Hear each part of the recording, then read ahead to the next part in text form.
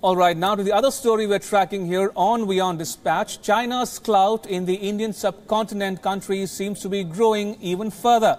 Now, Nepal's newly elected Prime Minister KP Sharma Oli has said he wants to deepen ties with China to explore more options and get more leverage in his dealings with India. The new Prime Minister is widely regarded as being pro-China. Now, KP Oli's telling comments came during an interview to Hong Kong's South China Morning Post.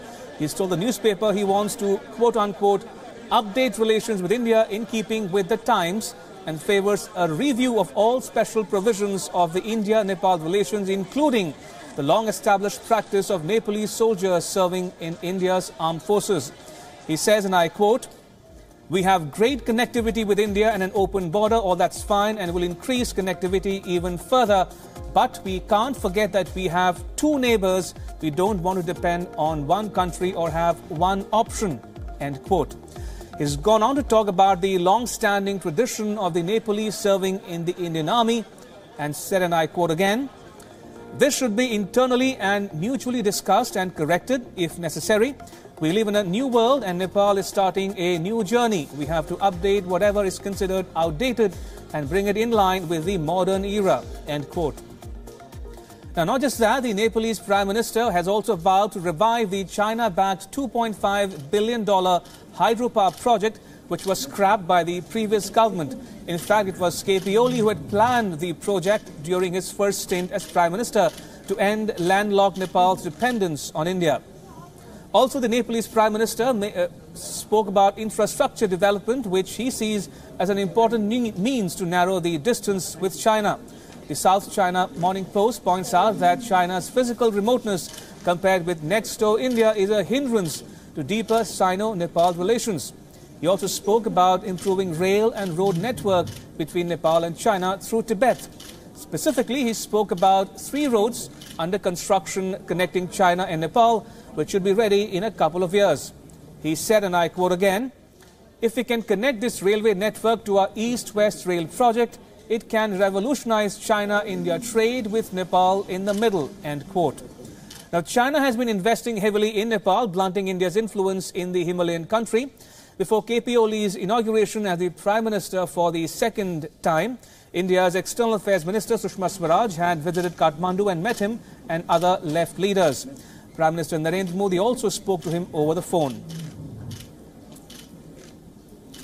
All right, joining me live from WION Newsroom is WION Senior Editor Surya Gangadharan. Good evening, Surya. Sri Lanka and now Nepal, I mean, is the India-China rivalry extending beyond India's the neighborhood?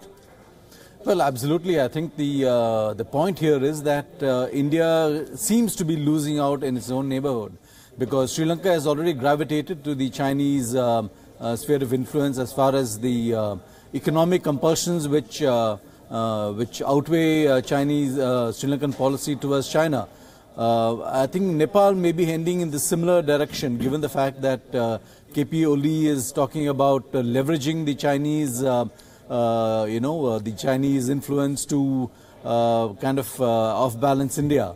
We don't know if this is really going to work, because if you look at the physical contours, India and Nepal, there's a close geographical proximity. They are tied together by culture, religion, and so on. And at the end of the day, goods coming from India will only be cheaper than anything coming from China, because everything from China can't come from Tibet, which is a wasteland. It has to come from mainland China. So in that sense, the costs do go up. So we really have to see exactly where this is going. And I have to ask you this, Surya. When Prachanda came to power, he spoke about wanting to revisit the India-Nepal treaty. And now KP Oli says the practice or the trend of Nepalese soldiers serving in the Indian Army needs to be revisited too. Is this another example of Nepalese nationalism, or do you think Nepal is, as always, pitting India against China? You know, the treaty, the Indo-Nepal treaty, was so negative towards Nepal. Why on earth the successive Nepali governments continue with it? The fact is, it preserves an open border between India and Nepal. There are lakhs of Nepali citizens who actually live and work in India. Many of them are settled here, and they get recruited into government, into the military. So in that sense, it's heavily in Nepal's favor. And this issue keeps coming up because Nepali politicians find it convenient to, slam India and put India on the back foot. At the end of the day, the Indo-Nepal Treaty works for Nepal. So that's really the reason why it remains. All right, on that note, Surya Gangadharan, thank you so much for joining us on WION Dispatch this evening.